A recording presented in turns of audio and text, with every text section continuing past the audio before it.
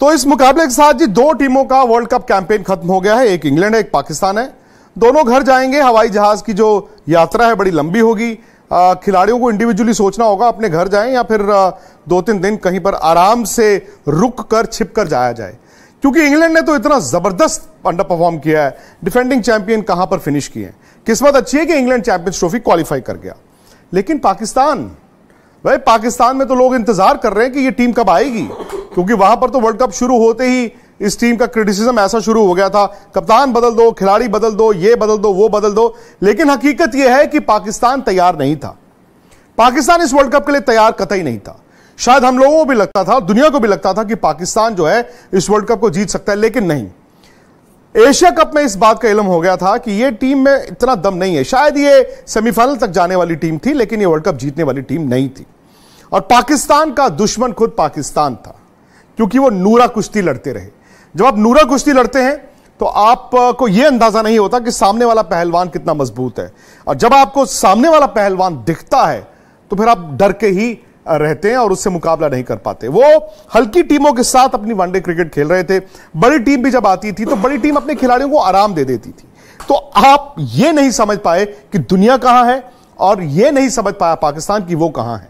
दूसरी बात, इन्होंने इन मुकाबलों को इस्तेमाल भी नहीं किया जैसे बाकी टीमों ने किया। आप कभी रोटेट करते हैं, बड़े खिलाड़ी को आराम देते हैं, फिर 2 यंगस्टर्स को ट्राई करते हैं। भाई दुनिया कहती है पाकिस्तान ये क्या टीम लेकर आया, हम कहते हैं भाई यही तो उनके पास है, हमें तो नहीं पता इनके पास और कौन से खिलाड़ी हैं।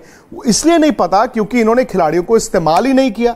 हमें पता ही नहीं चलेगा कि कौन से खिलाड़ी में इंटरनेशनल क्रिकेट खेलने की कैपेबिलिटी थी और किस में नहीं थी।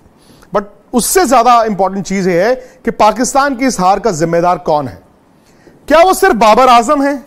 क्या उन्हीं पर आप उन्हीं के सर पर हार का ये ठीकरा फोड़ देंगे, या फिर उनके बाकी स्टार प्लेयर्स हैं जो बड़ी बड़ी बातें करके बड़े बड़े नाम लेकर आए पर इस वर्ल्ड कप में काम ऐसा नहीं किया जहां पर वो अपनी टीम को वर्ल्ड कप छोड़िए मैच भी नहीं जिता पाए। पाकिस्तान कुल मिला के 4 मैच जीता है। एक मैच उन्होंने श्रीलंका को हराया जहां पर उन्होंने 350 चेज किए। श्रीलंका कमजोर था बट फिर भी आपने 350 चेज किए। फिर उन्होंने नेदरलैंड्स को हराया, ठीक है हल्की टीम थी, बड़ी टीमों से वो हारते रहे। फिर उनके हाथ बांग्लादेश लगा। बांग्लादेश और इस मुकाबले में यह था कि ज्यादा खराब जो खेलेगा वो हार जाएगा, और बांग्लादेश हार गया। फिर वो न्यूजीलैंड का एक मैच अच्छा जीते जहां पर वो 400 खाने के बाद उन्होंने छोटे मैच में डकवर्थ लुइस में जाके वो मैच जीत लिया। कोई फखर जमान, इवन बाबर आजम। अब सवाल यह है कि वो इंग्लैंड के मैच में आए थे कि 287 रनों के मार्जिन से जीतना है। तब मोमेंट इंग्लैंड ने टॉस जीता, कहा जी हम पहले बैटिंग कर रहे हैं। पाकिस्तान वहां पर खत्म हो चुका था। मैं पहले भी कहता था कि 287 रन छोड़िए, पाकिस्तान जीत तो ले, क्योंकि यह साफ था कि जब आपका कैंपेन इस तरह का चल रहा होता है तो आप बस दिन गिनते हैं कि चलो यार बस। और उनकी टीम बिखरी हुई थी। यह मैदान में भी दिख रहा था कि बाबर शायद उस दबाव को हैंडल नहीं कर पाए।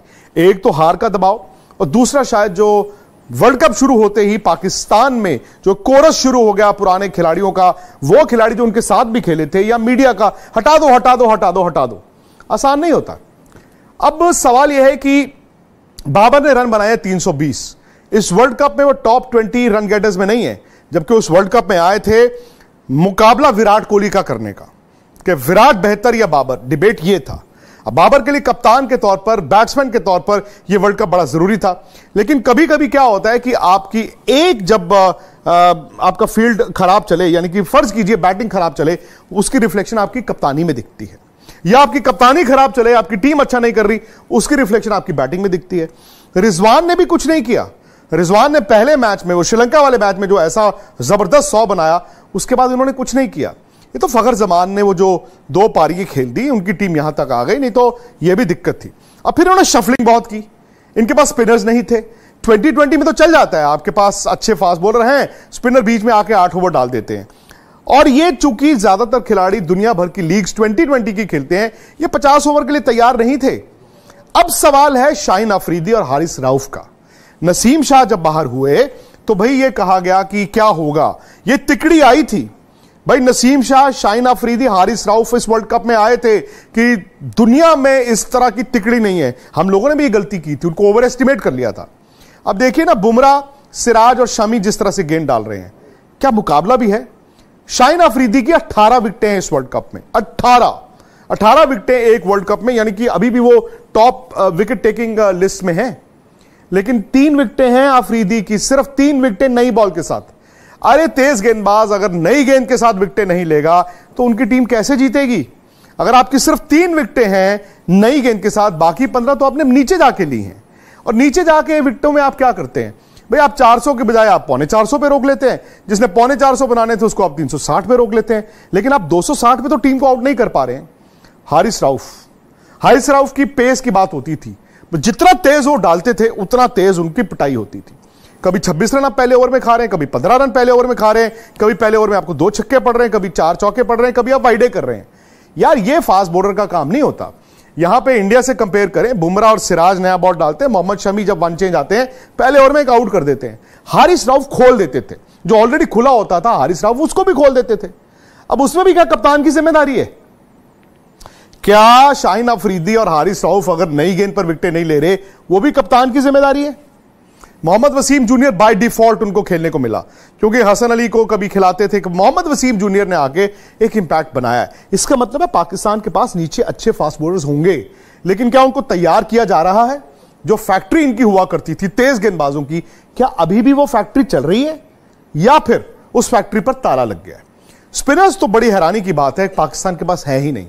पाकिस्तान अच्छे लेग स्पिनर्स भी निकालता।